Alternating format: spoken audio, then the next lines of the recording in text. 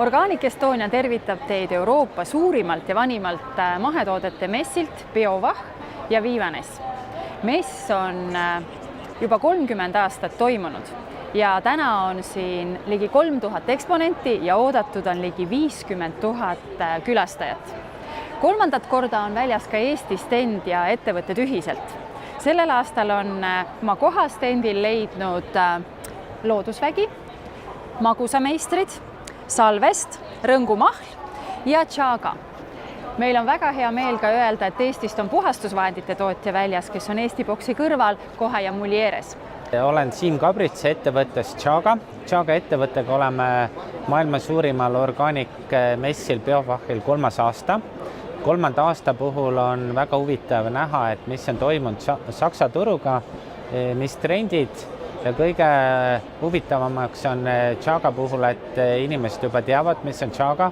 Et see trendi puhul on näha, et kõik orgaanika muutumas, see ei ole enam trend, vaid see on juba mainstream ehk peajoon. Siis mis on huvitav veel, et on kõik sellised plastikud ja plekkpurgid on asendumas klaasiga. Inimesed on väga säästlikud, inimesed väga mõtlevad keskkonnale.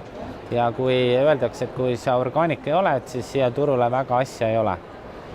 Ja kui veel Saksa turu poole pealt vaadata, et tegemist on hästi suure turuga, hästi palju erinevaid liidumaid, et ka põhja ja lõuna erinevused tulevad väga tugevalt välja, et just eelkõige lõuna pool on looduse usku rohkem, et eelkõige on siin tunda siis Šveitsi ja Austria suundumust, et Šveitsis on isegi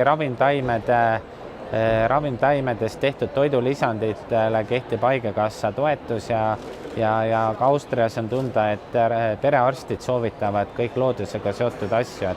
Ja see on ka jõudnud just eelkõige Lõuna-Saksamaale, kus on suur huvi kõik loodusega seotud puhta loodusega.